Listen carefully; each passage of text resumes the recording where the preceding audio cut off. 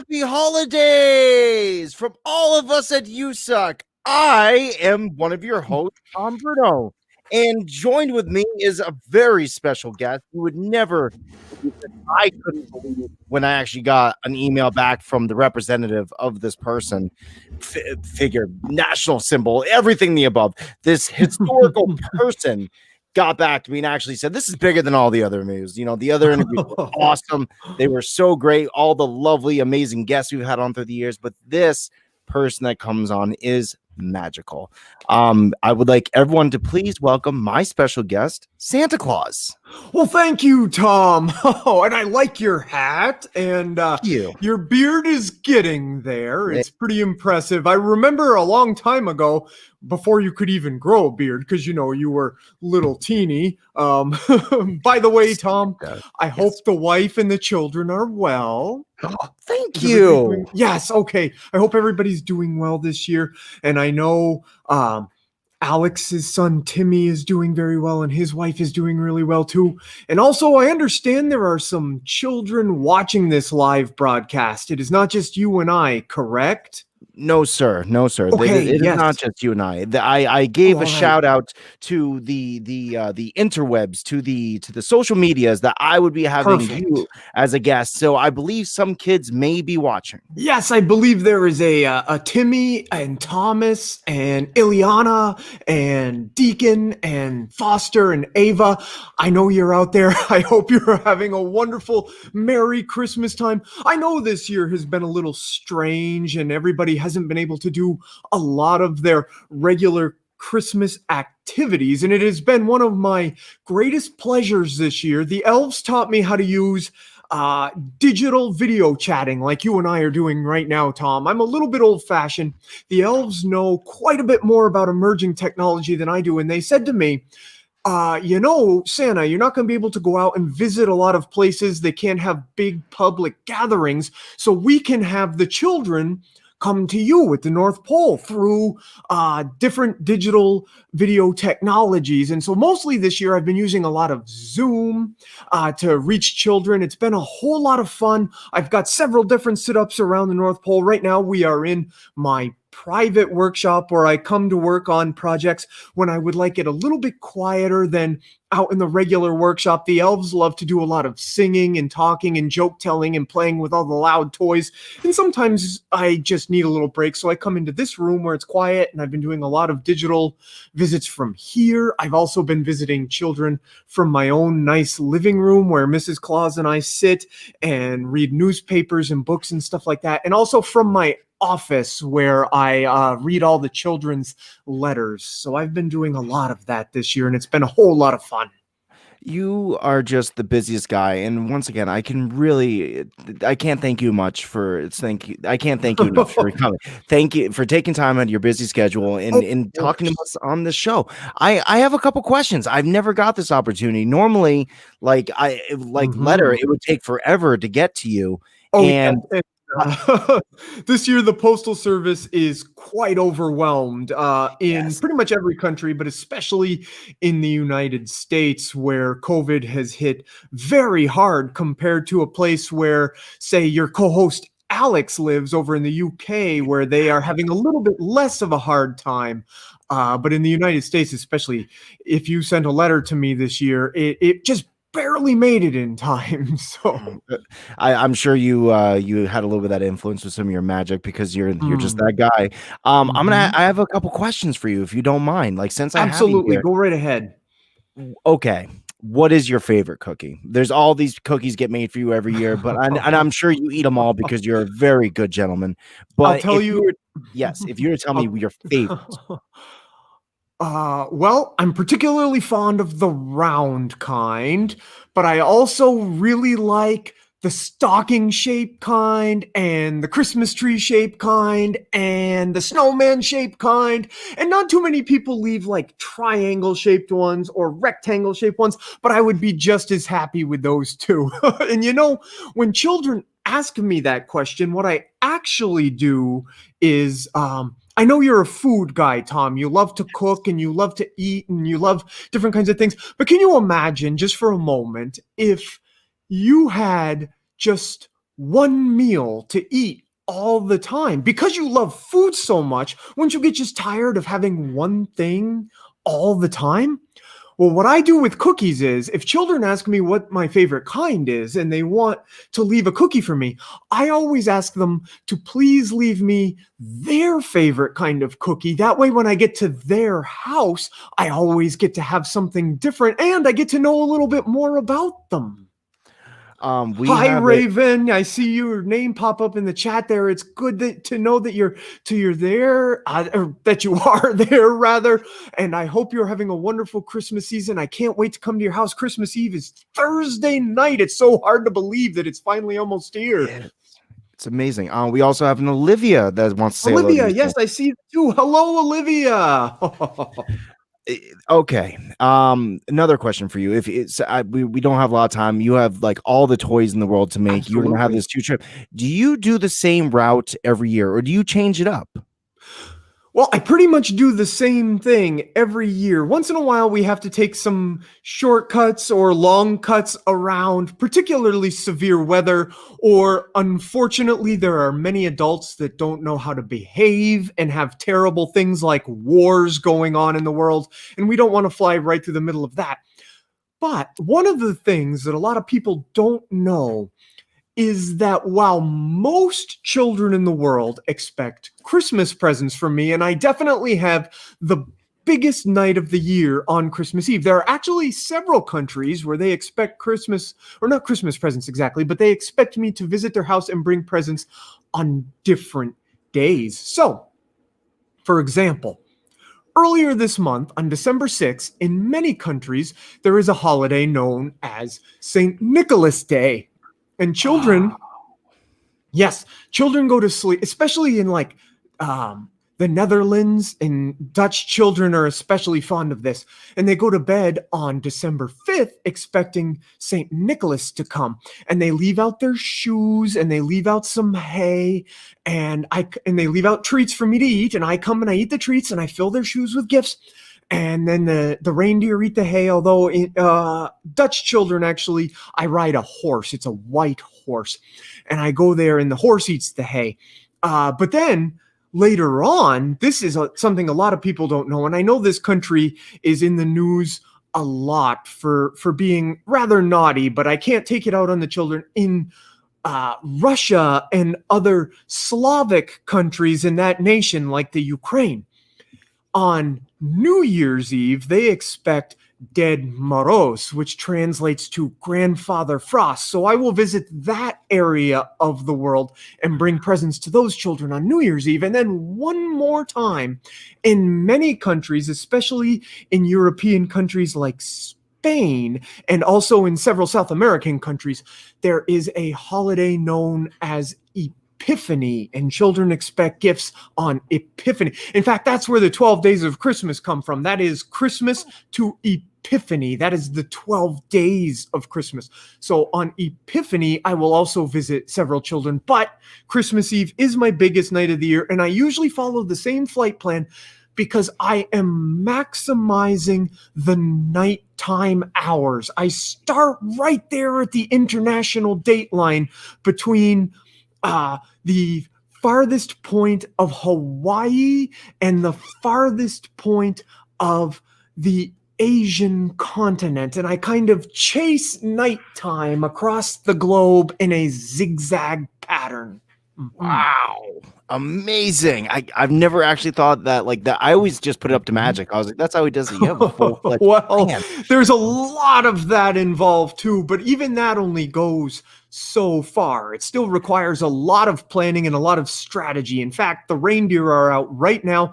Like a sports team must practice, the reindeer team must practice too. They take several flights all over the world this time of year, learning what countries are having, like I said, wars. They kind of practice. We look at all the weather schedules and they kind of practice where they might have to zigzag around particularly severe storms and things like that. Mm-hmm. Amazing. Okay, 2 more questions, Santa, and then I'm gonna let you get about your day. I don't want to take away from you too much. Okay. Santa movies. There's so many of them. They're the best in the world. I love Santa movies. I love Christmas movies. What are the top 3 that you always recommend to kids that they should watch this time of year? Well, I'll tell you top 3 is very hard because until recently they were different, but there are 2 that came out within the last 2 years that are well worth watching for anybody that has Netflix. Those are the Christmas Chronicle movies, starring Kurt Russell, who plays me with a much grayer beard and much slimmer than I really am, but that's okay. I believe in artistic integrity and people can make their art the way they want. Beyond that, The Santa Claus is a wonderful movie. I always recommend that one. One that is difficult to come by these days, at least on any streaming service, but I think is very underlooked, is the movie Santa Claus the Movie, starring David Huddleston and John Lithgow and Dudley Moore. That is a wonderfully magic movie. And just children may not find this one quite as interesting, but I always love when adults love this movie, is Miracle on 34th Street. That is another one of my all-time favorites. Hello, Lisa Etheridge. Man, is Tom on the naughty list? Please vote yes or no. Well, I've heard Am I? Oh, well, no. you're being a very nice guy to me, but I've heard clips of your show, Tom. It would be debatable. Oh, no. You're being super nice to me. And one thing I love to do is Gavin Harry Harris. Well, you've been pretty good this year, as far as I can tell. Tom, one other thing before I get going that I think is very important is I mentioned I've heard clips of your show, and you being on the naughty list might be debatable. One thing that children love to know is if they are on the naughty and nice list. And I kind of wish that that myth had never really been started. And I'll tell you why. When children are young, and you know this, you have children of your own. I do. Children can't help being naughty sometimes. It's part of being young and not knowing very much about the world and the rules and the proper way to behave because their little brains are still growing and they're still learning to process all the things that there are in the world. So gifts are not necessarily so much about rewarding children for being nice, but for making sure that children know that someone somewhere, and obviously they should know that their parents or grandparents or aunts and uncles, they should know that somebody loves and cares about them anyway. But if they learn that someone that they don't know personally or aren't related to or something like that could be generous and loving and caring enough to bring them a gift, it will teach them later on in life to take care of other people, and they can learn to be generous and empathetic. So, of course, obviously being extremely naughty should not be something to be rewarded. There should be something taking care of that. But for the most part, children are inherently very nice. They just misbehave sometimes because they can't help it, because they're still learning and growing. And what I care about most is that they do learn and that they do grow and that they always try their best and that next time they might know how to behave better. Well said, Santa. That was just beautiful. You really know how to speak eloquently about the children. Thank you. Okay. Thank you. Hello, Timmy. It was good to see you earlier today. I got to zip down to Britain real quick just to visit Timmy. And then I zipped right back here so I could talk to you, Tom. I've got a lot going on this time of year, but it sure is fun. I wouldn't trade in my job for anything else in the world. Last question. Thank you so much for your time, Santa. Your top 3 Christmas songs that you listen to. Oh, goodness gracious me. Well, I am quite fond of Well, I like Santa Claus is Coming to Town quite a bit. Yeah. My favorite rendition is probably by Fred Astaire from the Rankin Bass Holiday Special. I like that one quite a bit. Although a lot of people pick on Bruce Springsteen's version, I happen to think it's pretty neat. Well, I also like. Mommy's Kissing Santa. No, What? that song. No, that one is so silly. I don't think a lot of children quite understand the point of that song. And so it's gotten a bit of a confusing song over the years, but I get the joke. I think it's funny. But um, I How also do am a you big fan of Yeah. Rudolph the Red-Nosed Reindeer and Frosty the Snowman. Those are a lot of fun. There are also some Christmas songs I feel like don't get quite as much attention that I am a big fan of. Like there is a beautiful, although it gets played a lot in your neck of the woods on a channel called Star 92.9. They do Christmas I know. music all Christmas season long.